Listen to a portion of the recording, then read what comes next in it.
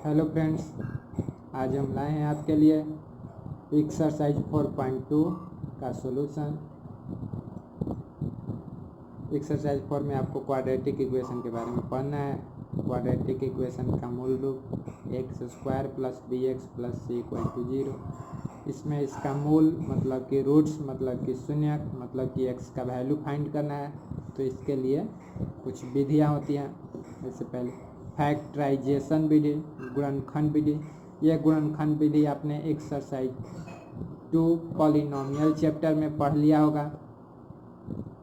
इसको हम लोग फिर से पढ़ेंगे। उसके बाद आता है कंप्लीट स्क्वायर मेथड, पूर्ण वर्ग बना करके। और तीसरा होता है क्वाड्रेटिक फार्मूला, जिसके लिए एक फार्मूला होता है जिसको क्वाड्रेटिक फार्मूला द्विघात समीकरण। तो इस एक्सरसाइज 4.2 में हम लोग ये गुणनखंड विधि से सॉल्व करेंगे। आगे की एक्सरसाइज में complete square method, quadratic formula, ये सारी चीज़ें धीरे धीरे सीखेंगे। अब आते हैं गुणनखंड विधि।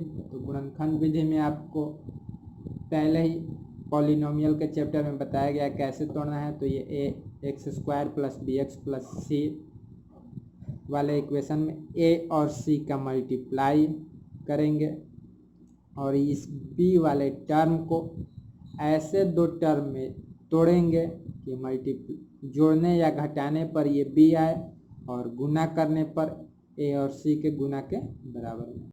आते हैं पहले प्रश्न की ओर। इसमें पहला प्रश्न है x square minus 3x minus 10 equal to 0। अब ये b वाले टर्म को दो टर्म में तोड़ेंगे, c और a 1 है और c 10 है। 10 1 या 10। इसको दो ऐसे टर्म में तोड़ेंगे कि मल्टीप्लाई करने पर 10 आए और ऐड या सबट्रैक्ट करने पर 3 आए। देखते हैं एक्स स्क्वायर 5 और 2 मिल करके 3 हो जाएगा। 5x 2x और मिलकर मल्टीप्लाई होकर के 10 हो जाएगा माइनस 10। अब देखते हैं ये माइनस 3x है तो बड़ा वाला को माइनस रखेंगे, छोटा वाला को प्लस। ये चीज़ आप पहले की एक्सरसाइज में सीख चुके हैं, नहीं तो एक बार फिर से अच्छे से इस चीज़ को समझ लीजिए। अगर ये प्लस रहता तो बड़ा वाला को प्लस करते हैं और प्लस में से माइनस करते हैं, लेकिन ये माइनस है तो माइनस में ऐड करेंगे तो ये माइनस भी है इक्वल टू 0।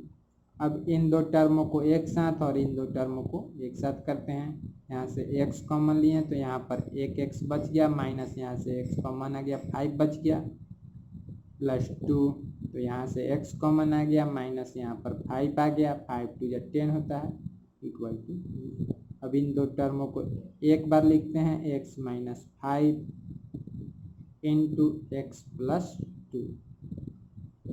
या फिर इसको इस तरीके से कहें तो ये एक अलग टर्म हुआ और ये एक अलग टर्म हुआ। तो इन दोनों टर्मों में से x माइनस 5 कॉमन लिए तो यहाँ पर बचा x और यहाँ पर बचा इक्वल टू 0।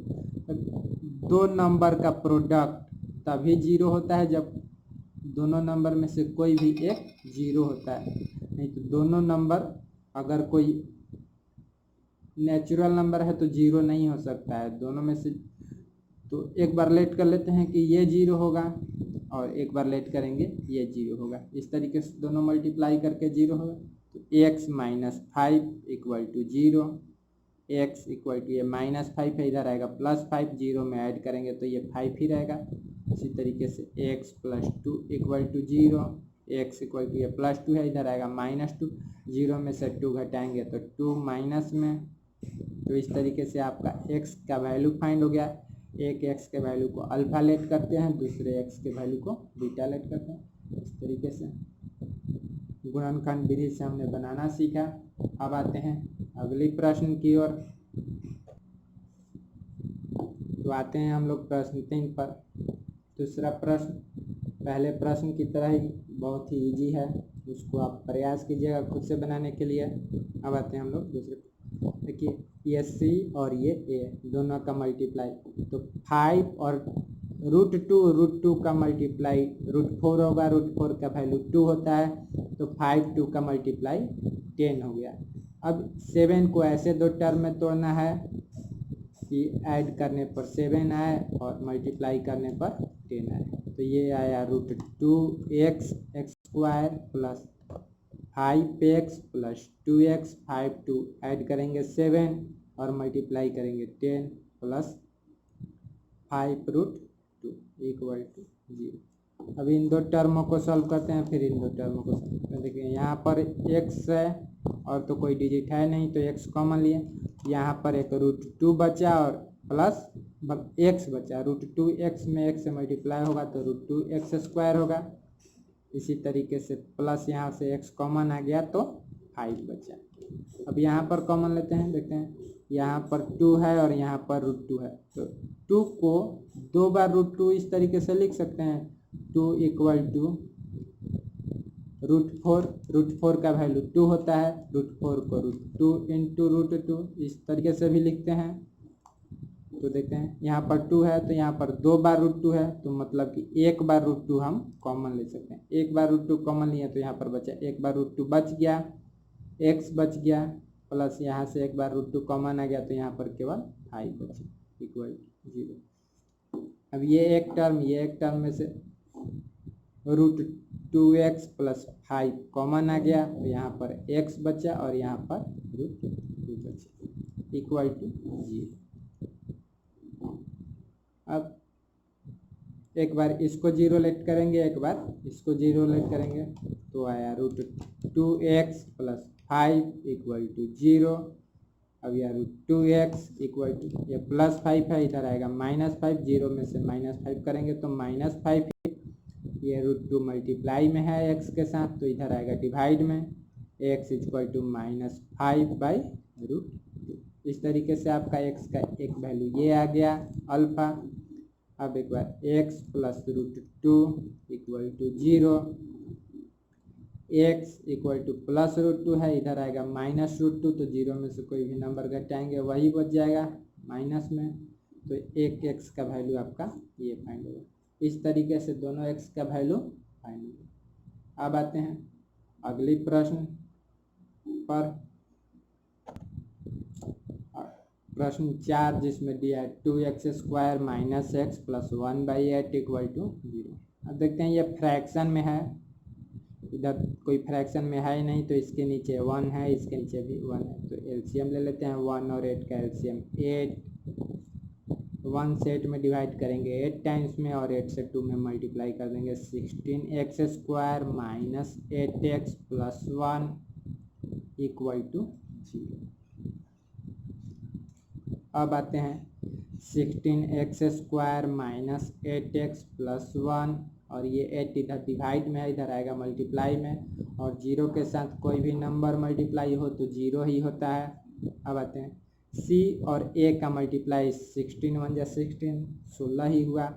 b को तोड़ेंगे ऐसे दो टर्म में कि एडिशन करने पर या सब्सट्रैक्शन करने पर 8 है और मल्टीप्लाई करने पर 16, तो ये -4x साइन सेम है तो ऐड हो जाएगा, -4 -8x और माइनस प्रोडक्ट होकर के प्लस 14 हो जाता है, 16 हो जाएगा, प्लस 1 इक्वल टू 0। अब सॉल्व करते हैं, यहाँ पर भी 4x है, 16 में 4 आता है क्योंकि 16 का फैक्टर होता है 4, तो 4x यहाँ से कॉमन लिए तो यहाँ पर एक 4 और एक x बच गया, माइनस यहाँ से 1 बचा, यहाँ से -1 कॉमन लेते हैं तो यहाँ पर 4x बचा। देखिए यहाँ पर -1 कॉमन इसलिए लिए हैं क्योंकि यहाँ पर 4x लाना है। क्यों 4x लाना है, तो यहाँ पर भी 4x है तो यहाँ पर भी 4x लाना है। अगर +1 लेते हैं तो ये -4x बचता है, इसलिए -1 लिए ताकि माइनस, और ये प्लस है, माइनस कॉमन लिए तो माइनस, ताकि माइनस मिल करके प्लस हो सके 1 इक्वल टू 0। अब ये आपका बचा 4x - 1, अब ये 4x और ये -1 इक्वल टू 0। एक बार इसको लेट करते हैं, एक बार इसको 0 के लेट करते हैं, 4x - 1 इक्वल टू 0, या 4x इक्वल टू ये -1 है, इधर आएगा +1, ये मल्टीप्लाई में है, इधर आएगा डिवाइड में, x इक्वल टू 1/। इसी तरीके से ये 4x - 1 इक्वल टू 0, ये 4x इक्वल टू -1 है, इधर आएगा +1, x इक्वल टू 1/। इस तरीके से आपका x का दो वैल्यू आया, दोनों वैल्यू सेम ही है, तो हो सकता है x का दो वैल्यू अलग अलग आए, दो वैल्यू सेम आए, या कुछ ऐसा क्वाड्रेटिक इक्वेशन जिसका x का वैल्यू हम लोग फाइंड ही ना कर पाए। आते हैं अगले प्रश्न पर, प्रश्न 2, जिसमें दिया है कि उदाहरण 1 में दिए गए सवालों को हल करना है। मतलब कि आपके बुक एग्जाम्पल वाला क्वेश्चन जो बुक में सॉल्व किया रहता है उसमें के दिए गए। तो उदाहरण 1 में 2 क्वेश्चन है जिसको सॉल्व करते हैं। पहला क्वेश्चन दिया है कि जॉन और जीवंती के पास कुल मिलाकर के 45 कच्चे। तो मान लेते हैं, माना जॉन के पास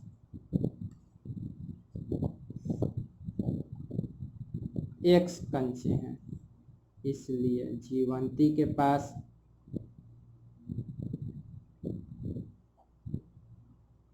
अब देखिए दोस्तों, यहाँ पर एक्सरसाइज 3 में हम लोग पढ़े 2 चर वाले रैखिक समीकरण।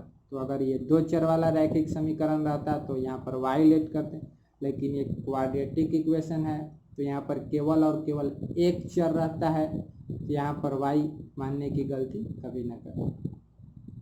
तो टोटल 45 है, 45 टोटल में से x घटा देंगे, जॉन वाला घटा देंगे तो जीवंती वाला जाहिर सी बात है बचेगा, क्योंकि इतना ही में दोनों को बांटा गया और कोई है नहीं। तो टोटल में से एक का घटा देंगे तो दूसरे का फाइंड हो जाएगा। तो जॉन का x माने तो जीवंती का 45 माइनस x। अब प्रश्नानुसार दिया हुआ है कि दोनों के 5-5 कंचे खो देते हैं, मतलब दोनों मिला करके अपना 5-5 कंचे खो देते हैं। तो जॉन के पास x था, ये 5 हो गया, तो इतना बचा। जीवंती के पास 45 माइनस x था और इसमें से भी ये 5 हो गया, तो इसके पास इतना बचा। तो दोनों का गुणनफल, इसके पास जितने कंचे थे और इसके पास जितने कंचे थे, गुणनफल ये है 120। सॉल्व करते हैं, ये x माइनस 5 इंटू 45 में से 5 माइनस किए 40 minus x equal to 1 to 4। x में 40 से multiply 40x minus x square minus 40 में 5 से 200 और minus minus plus 5x equal to 1 to। अब ये माइनस एक्स स्क्वायर है, ये 40x और 5x प्लस 45x माइनस 200 और ये प्लस से इधर आएगा माइनस 124 इक्वल टू।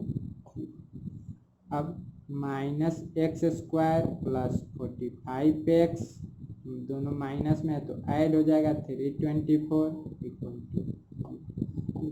ये एक्स स्क्वायर वाला माइनस है, तो आप इसको ऐसे भी तोड़ करके बना सकते हैं, लेकिन ज़्यादा आसानी के लिए दोनों तरफ माइनस से मल्टीप्लाई कर देते हैं। तो ये माइनस से मल्टीप्लाई होकर के प्लस एक्स स्क्वायर, ये प्लस है माइनस 45x, ये माइनस है प्लस 320 और जीरो में किसी भी प्लस माइनस से मल्टीप्लाई करें, जीरो का कोई साइन नहीं होता है, जीरो ही। यहाँ पर लिख देंगे माइनस से गुना करने पर।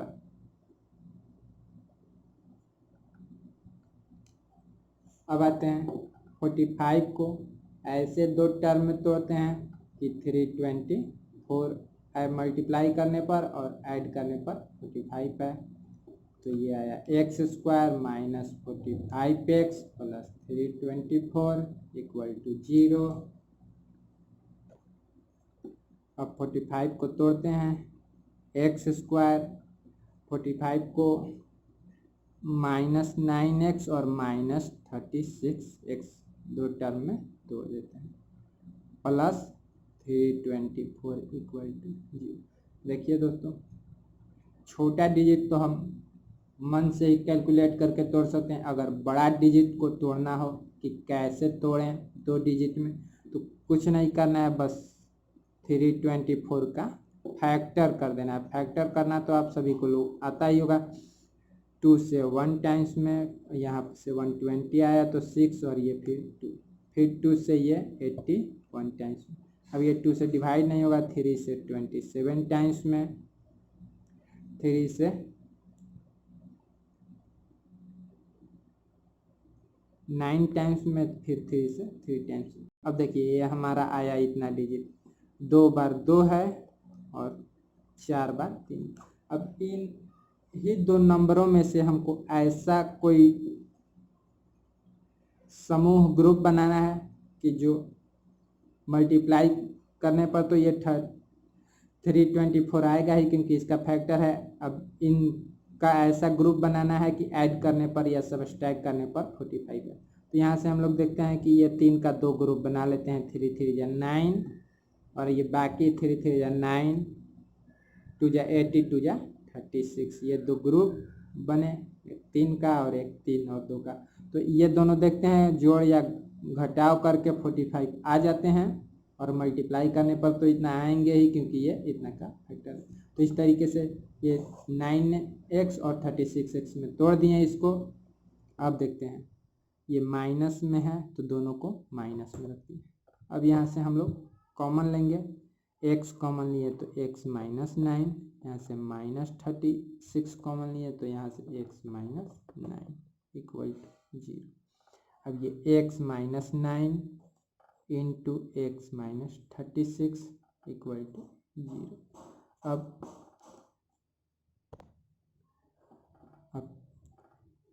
x minus 9 equal to 0, x equal to ये माइनस 9 है, इधर आएगा plus 9, x minus 36 equal to 0, x equal to 36।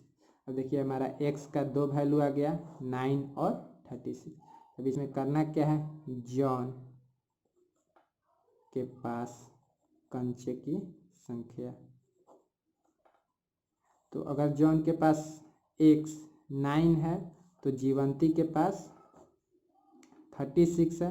अगर जॉन के पास 36 है तब जीवंती के पास 9 है। तो इस तरीके से दोनों का अलग अलग भी फाइंड कर सकते हैं, या केवल जॉन का पूछे या जीवंती का पूछे। तो इस तरीके से आप सॉल्व कर सकते हैं। तब उदाहरण 1 में 2 प्रश्न है, एक प्रश्न को आप खुद से सॉल्व करने का प्रयास कीजिए, फिर भी प्रॉब्लम होता है तो आप हमारे कमेंट सेक्शन में कमेंट करके पूछ सकते हैं। धन्यवाद।